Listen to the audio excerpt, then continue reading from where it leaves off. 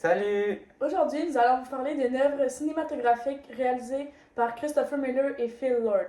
Ces deux hommes ont réalisé le film La Grande Aventure Lego en 2014 en s'imaginant un monde où le gouvernement lave le cerveau des citoyens tout en gardant un ton humoristique pour plaire aux adultes autant qu'aux jeunes enfants. That's $37. Awesome! Dans cette présentation, nous allons faire une analyse de ce film et nous allons aussi parler des liens et des ressemblances qu'il y a entre ce film et le livre 1984 écrit par George Orwell. D'abord, nous allons parler des ressemblances entre Winston et Emmett, puis nous allons parler de la principale technique de contrôle dans le film, soit l'ignorance. Finalement, nous parlerons de comment la rébellion a été amenée dans le film. Avant de commencer, pour vous permettre d'un peu mieux comprendre, nous allons vous faire un mini résumé du film. Donc, comme mentionné plus tôt, la Grande Aventure Lego est un film d'animation humoristique. Le film, se déroulant dans un univers où tout est entièrement construit de blocs Lego, met en scène les personnages d'Emmett, Lord Business, Rebelle, Mauvais Flic et plusieurs autres. Dans le film, la société est entièrement contrôlée et dictée par le président Lord Business.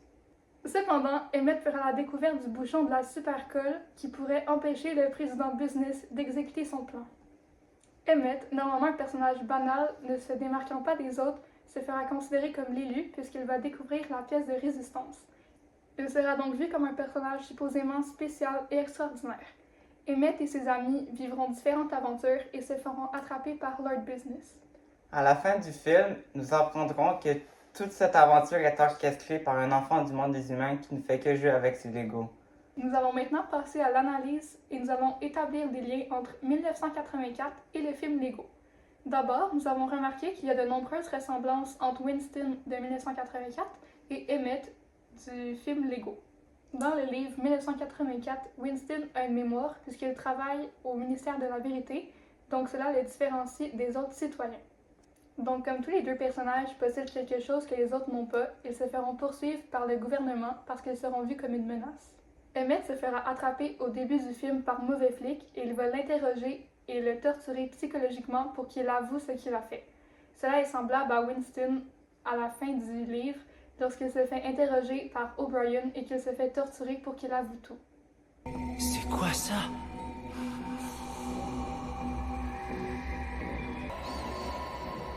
J'ai une envie subite d'aller toucher à ce truc.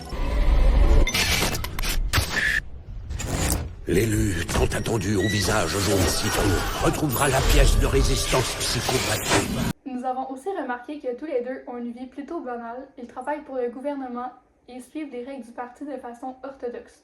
Lorsqu'ils se rebellent, c'est leur compagne qui les amène dans leur rébellion. Par exemple, dans le film, c'est Rebelle qui amène Emmett dans la rébellion, tandis que dans le livre, c'est Julia qui amène Winston dans la rébellion. Dans les deux cas, c'est plutôt la femme qui est forte et qui tient tête au parti et l'homme suit. Bonjour, cher appartement. Bonjour, embrasure de porte, bonjour mur, bonjour plafond, bonjour plancher. La journée peut commencer. Ta ta ta ta ta ta. Ah, les voilà. Instruction pour être dans le coup, se faire aimer par tout le monde et être toujours heureux. Étape 1. Respirer. Ok, la première étape est complétée. Suite à cela, nous avons remarqué que la principale technique de contrôle utilisée par Lord Business est l'ignorance. En effet, Lord Business cache la liberté qu'avaient autrefois les citoyens de la ville. Par exemple, il fait construire des murs autour de la ville. Comme ça, les citoyens ne sont même pas au courant qu'il y a d'autres réalités que la leur. Tout comme dans 1984, où le parti cache le passé aux citoyens pour ne pas qu'ils puissent se comparer aux libertés qu'ils avaient avant. Vous voulez que j'entre dans ce tourbillon lumineux? Vous êtes folle ou quoi? Ne freinez pas! Non! Ne vous arrêtez pas! Allez-y, Je peux pas faire ça!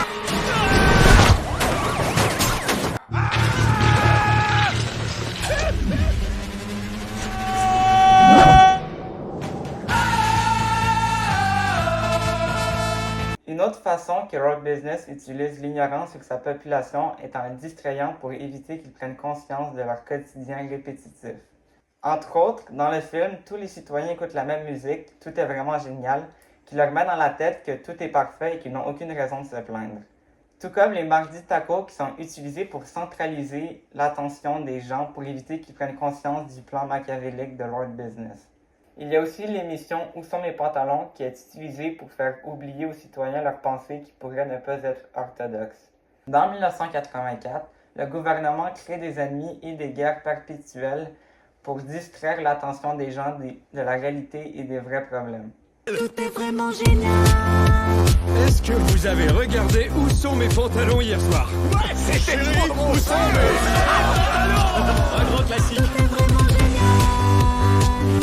Une instruction arrive du quartier général. On nous demande de détruire tout ce qui nous semble bizarre. Maintenant, nous allons parler de la place qu'occupe la rébellion dans le film ainsi que dans le roman. D'abord, dans le film, la rébellion se manifeste chez Emmett. Il devient même le symbole de la rébellion puisque la prophétie le considère comme l'élu. C'est Emmett qui dirige la rébellion puisqu'il fait un plan et réussit à réunir tous les maîtres constructeurs afin qu'ils coopèrent ensemble à la place de construire leurs choses séparément. C'est même grâce à lui que l'arme destructrice de Lord Business est arrêtée. Il prouve qu'en s'unissant, il est possible de retrouver la liberté. Dans le roman, Winston l'avait compris puisqu'il mentionne que l'espoir est du côté des prolétaires.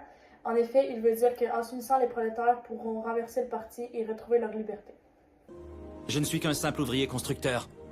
Mais quand j'avais un plan et que tout le monde travaillait en équipe, on pouvait construire un gratte-ciel. Et vous êtes de grands maîtres constructeurs. Imaginez ce que vous pourriez réaliser si vous travailliez en équipe. Alors qu'on m'apporte tout de suite des crayons feutres. Du papier construction et un bâton de colle à paillettes. La rébellion est aussi présente chez les maîtres constructeurs. Ils utilisent leur capacité à construire librement tout le long du film. En effet, ils n'utilisent pas les plans imposés par le parti et préfèrent plutôt faire à leur tête. Ils font preuve de créativité et échappent à la surveillance puisqu'ils construisent leur monde à l'écart de la société contrôlée par Lord Business. Voici les couleurs dont j'ai besoin. Bleu tarte au mur et vert pomme. Utilise des briques jaunes. Est-ce que je peux vous aider? Faut que ce soit dans ce sens-là. Non, j'ai besoin de ça. Où est-il? Quelqu'un sait ce que c'est et si vous en avez besoin? On devrait utiliser des ailes et des propulseurs. Enlève tes pièces spatiales démodées de ma vue. Hé les amis, dites-moi ce que je dois faire et surtout comment faire. Emmett, ne te préoccupe pas de ce que font les autres. Tu dois te fier uniquement à ton instinct d'élu.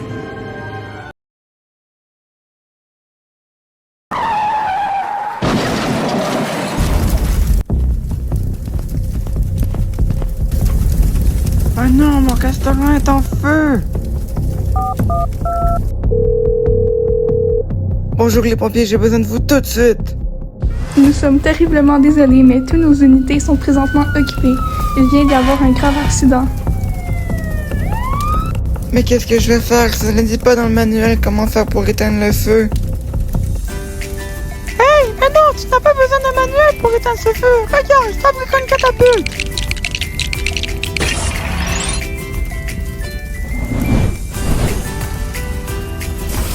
Oh mon Dieu, merci! Qu'est-ce que j'aurais fait sans vous? Non, non, non! Vous ne pouvez pas fabriquer ce que vous voulez comme vous voulez. Je vais vous coller au sol et détruire cette abomination.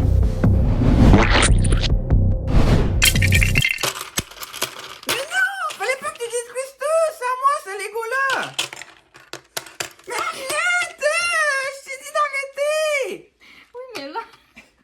Oui, mais Lord Business, c'est un méchant, il fait du mal, il fait ce qu'il veut! Oui, mais c'est mes Legos, c'est pas mais ça, c'est Lego encore! Pour conclure, on peut voir que le livre 1984 est un point de repère pour la création du film La Grande Aventure Lego. En effet, dans les deux œuvres, les personnages principaux, Emmett et Winston, partagent beaucoup de points en commun. Les deux vivent dans une société où le gouvernement contrôle et utilise l'ignorance comme moyen de contrôle. Et dans les deux œuvres, il y a une forme de rébellion qui s'installe au sein de la population. On peut faire des liens entre l'émission Où sont mes pantalons et les téléréalités populaires au Québec. On peut se demander si c'est vraiment pour nous divertir ou plutôt pour nous contrôler et nous distraire de d'autres situations.